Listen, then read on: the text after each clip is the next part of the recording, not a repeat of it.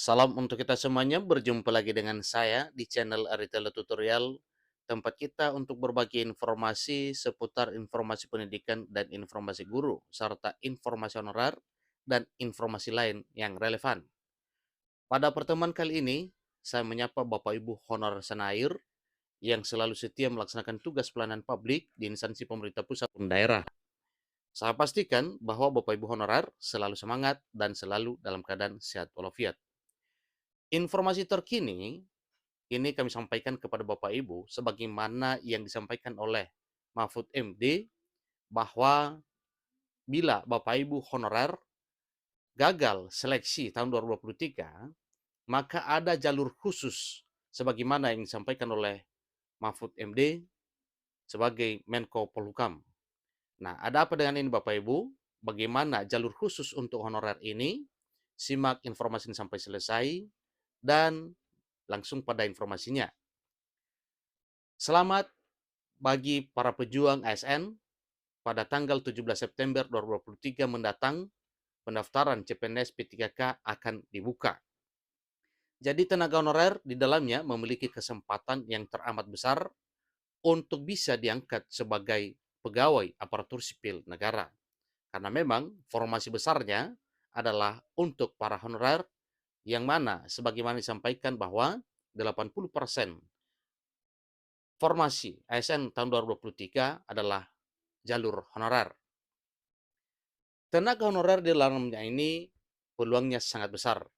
Jadi Menpan RB telah memastikan akan membuka seleksi CPNS dan P3K pada tahun 2023 tahun ini, sebagaimana yang telah disampaikan bahwa jadwalnya dimulai pada 17 September bulan ini di tahun 2023 tahun ini.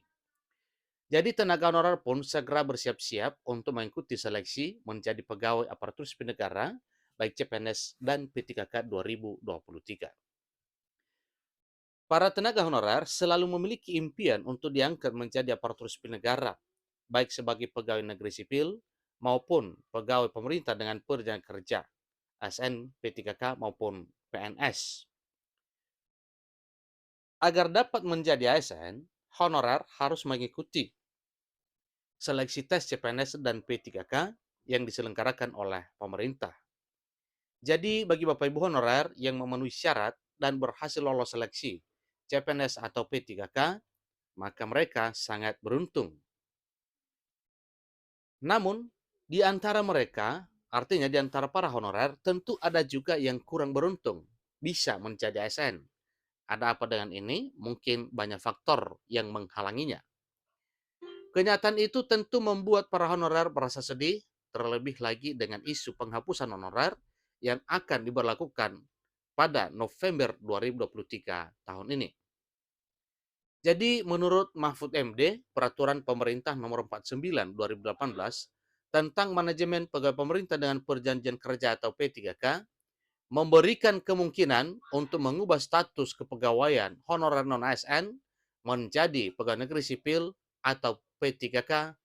Tentunya ini sesuai dengan formasi yang dilamar oleh Bapak Ibu honorer.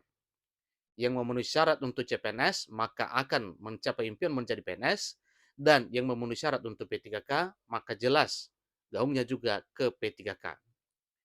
Namun hal ini tentu harus memenuhi syarat-syarat yang telah diatur sesuai dengan Undang-Undang Nomor 5 Tahun 2014 tentang Aparatur Sipil Negara dan peraturan pelaksanaannya.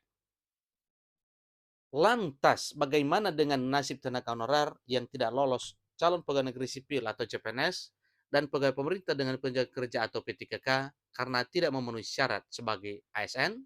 Tentu ini adalah hal yang perlu kita ketahui. Namun jangan bingung Bapak Ibu, ada yang disampaikan oleh Mahfud MD sebagai solusinya. Bagi Bapak Ibu honorer yang tidak memenuhi syarat atau tidak lolos seleksi CPNS dan P3K, beliau menawarkan supaya jangan khawatir, Mahfud MD telah menyiapkan opsi solusi agar mereka tetap bisa bekerja. Meskipun mereka tidak bisa menjadi aparatur sipil negara, maka para honorer tersebut masih memiliki kesempatan untuk mengikuti skema atau jalur khusus yang disediakan oleh pemerintah. Ingat Bapak Ibu ya, ada skema atau jalur khusus yang disediakan oleh pemerintah. Menko Polhukam Mahfud MD telah menawarkan opsi jalur khusus yang dapat diikuti oleh para honorer yang tidak lolos seleksi CPNS dan P3K di tahun 2023 tahun ini. Jadi hal ini Bapak Ibu mesti kita ketahui kira-kira apa solusi ini atau skema yang lain atau jalur khusus ini yang ditawarkan oleh Mahfud MD. Opsi ini telah dibahas oleh Menteri Penanggulangan Aparatur Negara dan Reformasi Birokrasi, Menpan RB bersama dengan Mahfud MD dalam rapat koordinasi penyelesaian tenaga honorer beberapa bulan yang lalu. Mahfud MD menjelaskan bahwa pengaturan pegawai honorer non-aparatur sipil negara juga dapat dilakukan melalui skema alih daya atau outsourcing oleh pihak ketiga.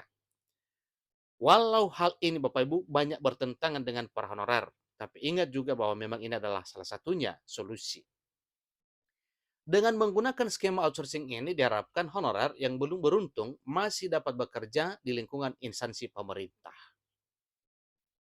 Solusi yang diberikan oleh Mahfud MD ini ditujukan bagi honorer yang kualifikasinya tidak memenuhi syarat sebagai ASN sehingga tidak lolos seleksi CPNS dan P3K. Ingat Bapak Ibu ya, yang sama sekali tidak memenuhi syarat kualifikasi akademik, demikian dengan hal lainnya, maka diarahkan ke outsourcing. Kenapa? Karena memang ya sesuai dengan persyaratannya tidak memenuhi untuk bisa diangkat menjadi ASN melalui jalur P3K maupun CPNS. Jadi tenaga honorer seperti pengemudi, tenaga kebersihan, dan satuan pengamanan dapat masuk dalam skema alih daya atau outsourcing ini. Skema outsourcing ini dibuat untuk memberikan kesempatan hukum, status kepegawaian, dan kepastian penghasilan bagi para tenaga honorer. Selaras dengan hal ini, penyelesaian status kepegawaian kehormatan juga didukung oleh Kementerian Dalam Negeri. Sekretaris Jenderal Kementerian Dalam Negeri, Suhajar Diantoro, memberikan solusi bagi honorer yang tidak lolos seleksi CPNS dan P3K 2023. Suhajar menyampaikan dua opsi solusi yaitu filtrasi dan pencermatan ulang Peraturan Pemerintah Nomor 49 Tahun 2018. Ingat Bapak Ibu ya, solusinya yaitu filtrasi dan pencermatan ulang Peraturan Pemerintah Nomor 49 Tahun 2018. Untuk opsi filtrasi, Suhajar mendorong ex tenaga honorer yang masih memenuhi syarat untuk mengikuti seleksi CPNS dan P3K, sedangkan bagi tenaga honorer yang tidak lolos seleksi CPNS dan P3K, mereka akan diarahkan untuk mengikuti seleksi P3K afirmasi. Nah, ini sepertinya para honorer akan setuju ya dengan hal ini.